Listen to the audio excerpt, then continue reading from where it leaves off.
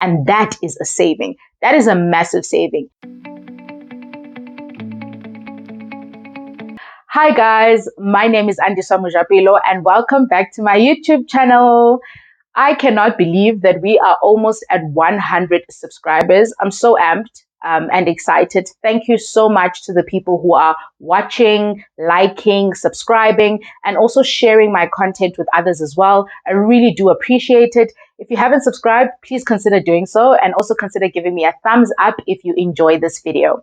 So, I'm slowly easing into it now. I'm becoming a bit more comfortable. To be honest, guys, if I don't structure my videos, I could sit here and go on and on and on about personal finance topics and end up having a super long video without getting my point across.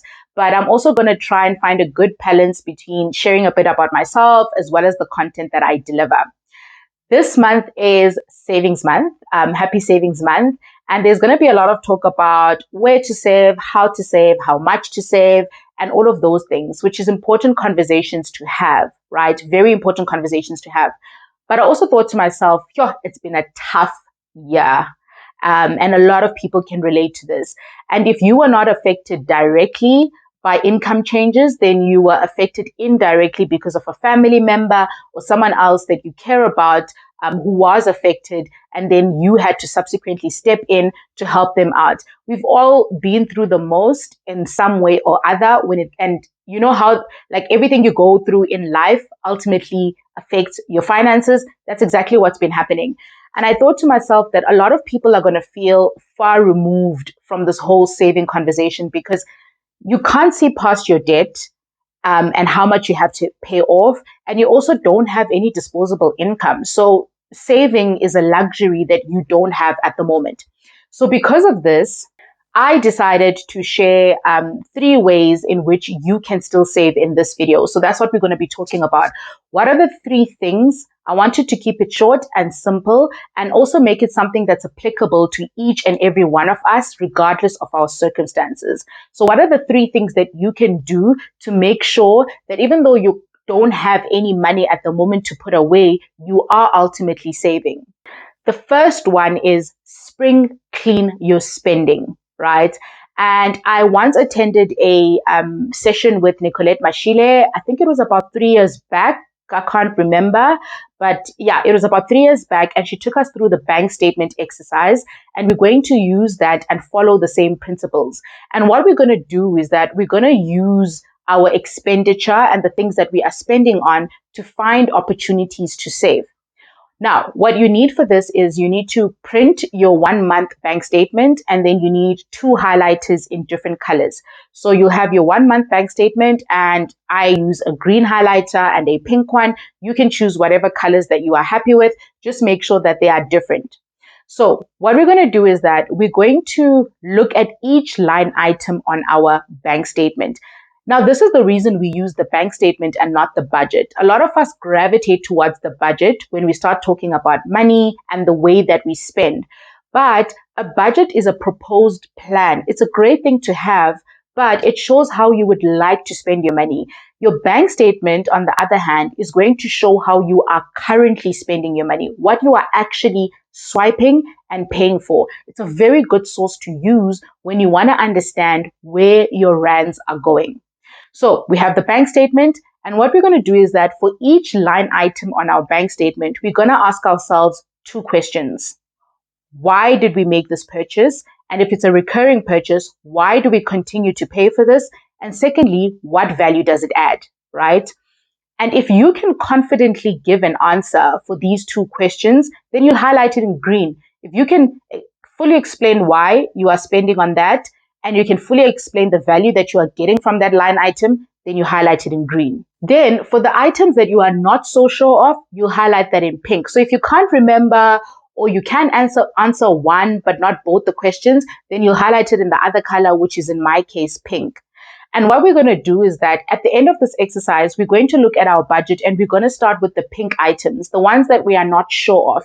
And we're going to start saying, if this is not adding value to me, and that's the question I couldn't answer, then do I really need to continue paying for this? If it's a subscription and you don't see any value add anymore, do you really need to continue spending on this? And for the green ones, we'll pause them, right? Some of the examples that I picked up that I highlighted in pink were, for instance, when I did the exercise for the first time, I was working full time, studying part time, as well as tutoring part time as well. And what I found is that I was buying groceries at the end of the month for the month. And then I had a lot of transactions for takeaways. So I didn't understand the value add of groceries if I was going to end up not cooking because I was super busy and I just didn't have the time. That's another thing about this exercise, right? It's not to pinpoint what bad decisions you are making, but it's to pinpoint what is really adding value to your life and what you do and what you want to achieve versus what's not adding value. So those are some of the questions that I need to ask myself.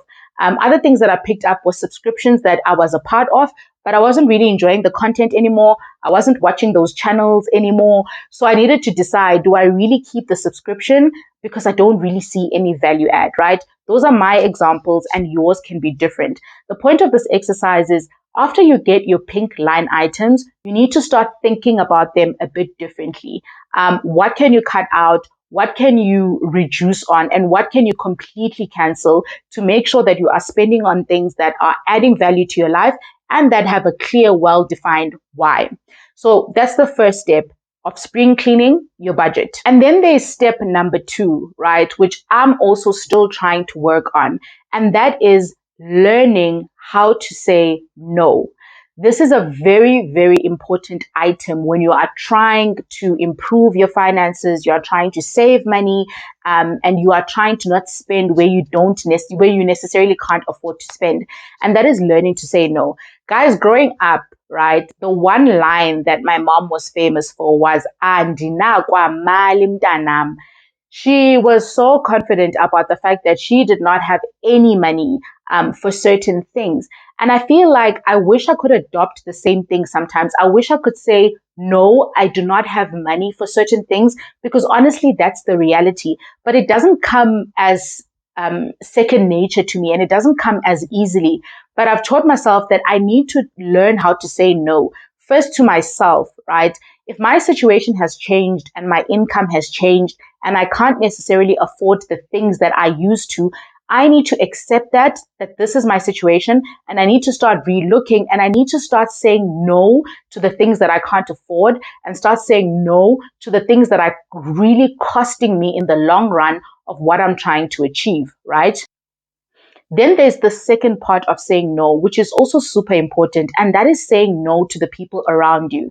So I, as Andiswa, whom is your friend, I don't understand what you are going through, right? Because you're not sharing the details of your finances with me. So I'm still going to hit you up and say, well, definitely not now, given the level that we're on. But I'm still going to hit you up and say, hey, can we go out for drinks, or can we go out for dinner? I really want to, catch up and all of those things. You're still going to find family members calling you, hi, can you please help me up with so and so? And because they don't understand the nature of your circumstances at the moment. So you need to take that responsibility of understanding your situation and be able to say no. It's not easy. I still struggle as well, especially when it comes to saying no to other people or people that I care about. But it's important, guys, because if your situation has changed and you can't necessarily afford the things that you need to, then you need to start saying no to those things, especially to the people around you who don't understand the situation or what you are trying to achieve. So for this step, you're basically taking responsibility for your goals, because you are the one who understands them and you are the one who needs to protect them, to not necessarily put yourself in a worse off position.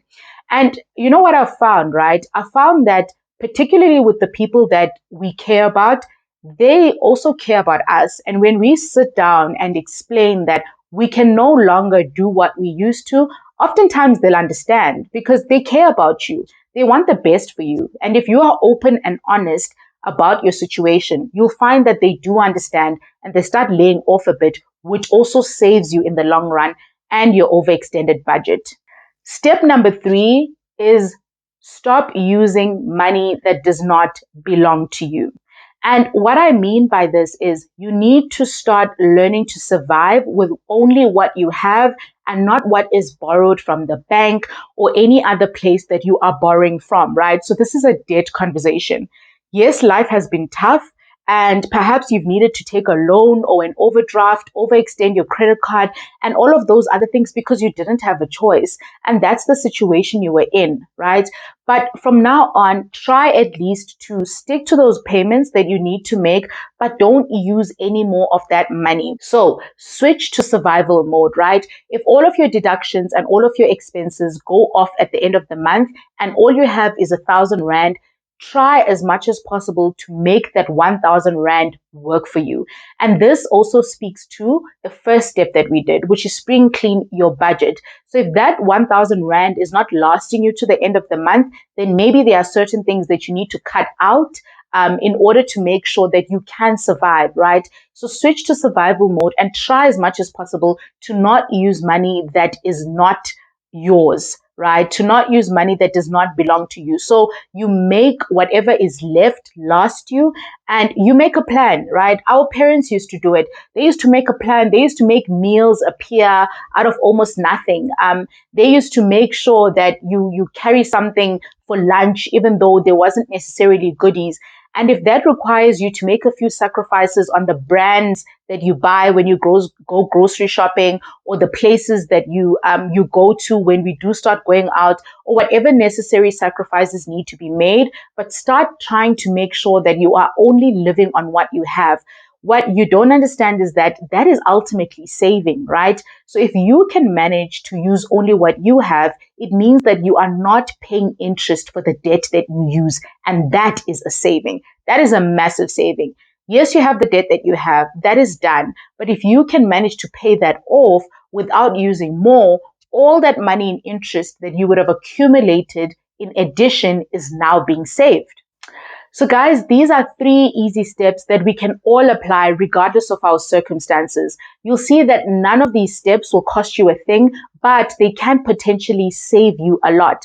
There's a lot of things that are happening around us that we can't control, but what we need to focus on is what can we do? Where can we cut down? Where can we reduce? What sacrifices can we make? And which areas can we say no? And most importantly, what are some of the crucial conversations that we can have in order to make sure that we don't overextend our budget and ultimately that we do save?